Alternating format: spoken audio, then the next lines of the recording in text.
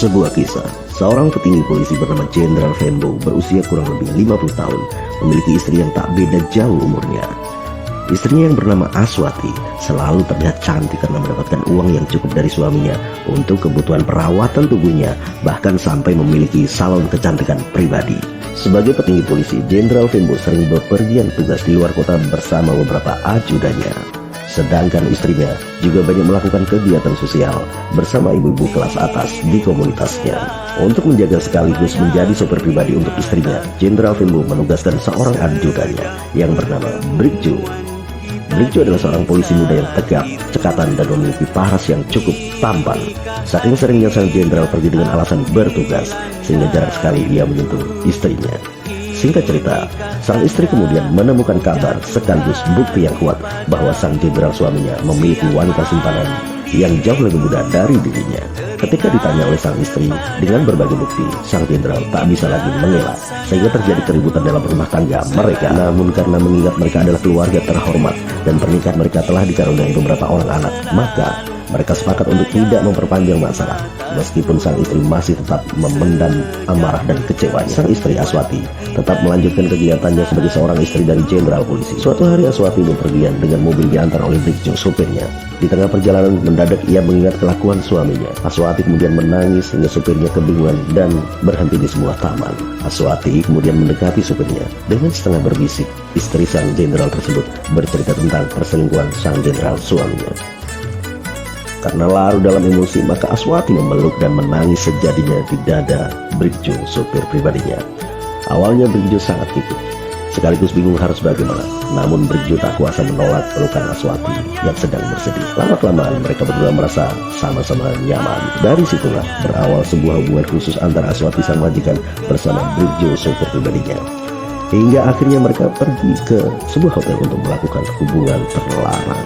Dalam benak Aswati, ini adalah aksi balas dendam kepada suaminya yang diduga telah mengkhianatinya, sekaligus sebuah keuntungan pribadi karena ia yang sudah cukup umur mendapatkan sentuhan dari laki-laki muda dan tampan.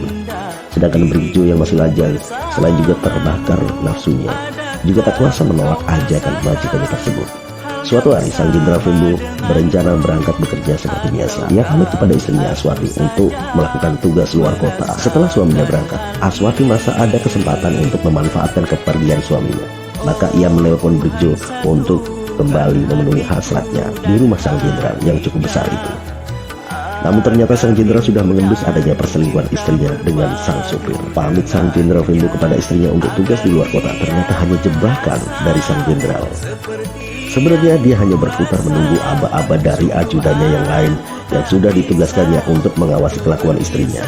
Meskipun dia sendiri berselingkuh, ia tetap tidak mau istrinya juga melakukan hal yang sama. Dengan cara senyap, ia pulang kembali ke rumahnya dan langsung menuju kamar tempat istrinya berada. Sang jenderal Vembo membuka pintu kamar dan melihat secara langsung Aswati istrinya yang sedang berselingkuh dengan Brigjo, sopirnya. Kemarahannya memuncak. Sang jenderal bersama beberapa ajudannya yang lain menarik paksa Brigjo keluar ruangan. Sedangkan Aswati istrinya hanya bisa menangis saat melihatnya dan ia pun dikunci di dalam kamarnya. Di ruang tengah, sang jenderal menghajar habis-habisan Brigjo, sopir istrinya. Sambil terus mengumpat, sang jenderal dibantu beberapa ajudannya meluapkan kemarahannya, melayangkan pukulan dan tendangan bertubi-tubi. Tak cukup itu saja, senjata tajam ia gunakan untuk menganiaya Brigjo hingga memar, darah dan luka sayatan bersarang di sekujur tubuh Brigjo. Brigjo sudah sangat tak berdaya, namun sang jenderal masih belum mereda amarahnya. Hingga sang jenderal kemudian mengambil senjata api dan menembak tubuh Brigjo beberapa kali. Akhirnya Brigjo sang supir sekaligus ajudannya tewas tak bernyawa. Setelah Brigjo tewas, sang jenderal diam sejenak.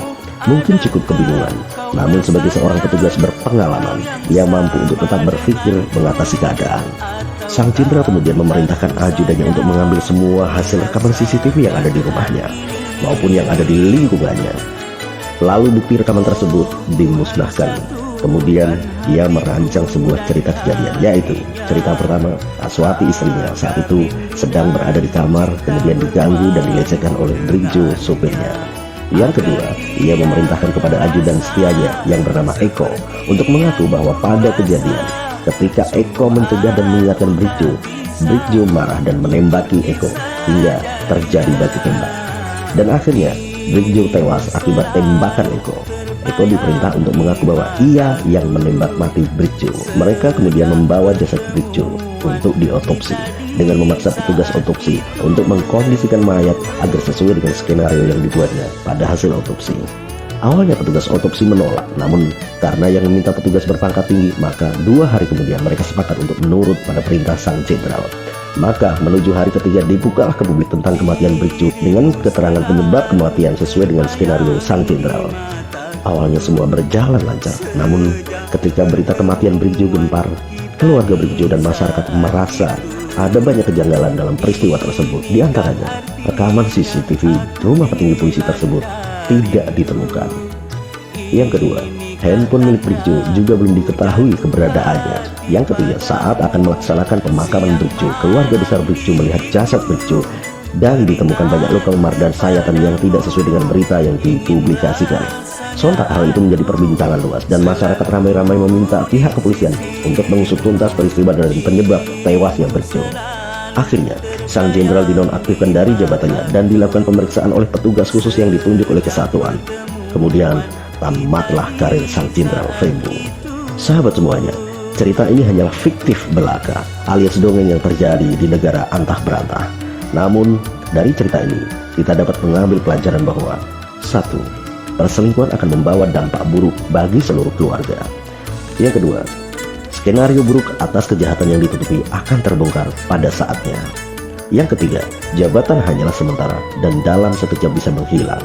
Tuhan berkuasa menjadikan seorang raja menjadi manusia jelata, dan sebaliknya dengan cara singkat bahkan lebih cepat dari membalikkan telapak tangan kita. Dan sekali lagi, cerita ini hanyalah fiktif belaka.